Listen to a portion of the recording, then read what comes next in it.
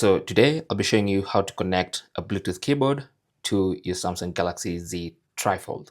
And you can do this especially if you want to maybe prop it up somewhere and use it like a computer. This is how you connect a Bluetooth keyboard.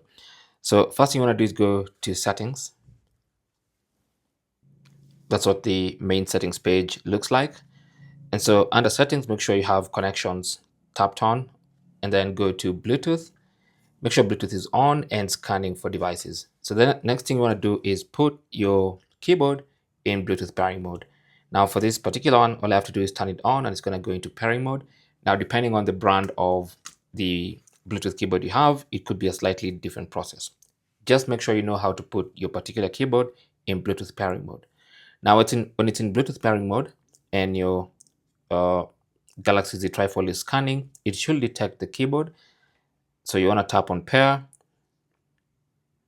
Then there's going to be a pairing request. Just tap on pair and it's going to get paired and connected. Simple as that. So now to test, you can just even go to search, and anywhere you're supposed to type, just try using the keyboard and you can see that works. All right. Thanks for watching. Don't forget to like and subscribe, and good luck.